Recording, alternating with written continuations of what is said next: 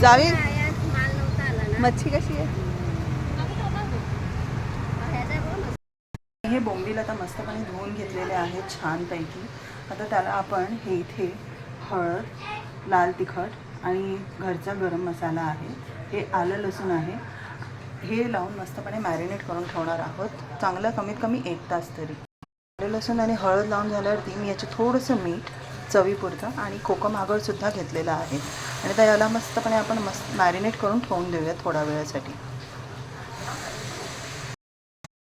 आता मी एका तव्यावरती तेल थोडंसं टाकून तापत ठेवलेलं आहे आणि एका प्लेटमध्ये मी इथे तांदळाचं पीठ, रवा आणि मीठ हे तिन्ही मी घेतलं आहे. आता हे आपण मिक्स करणार आहोत आणि याच्यामध्ये फिश गोळून फ्राय करणार आहोत.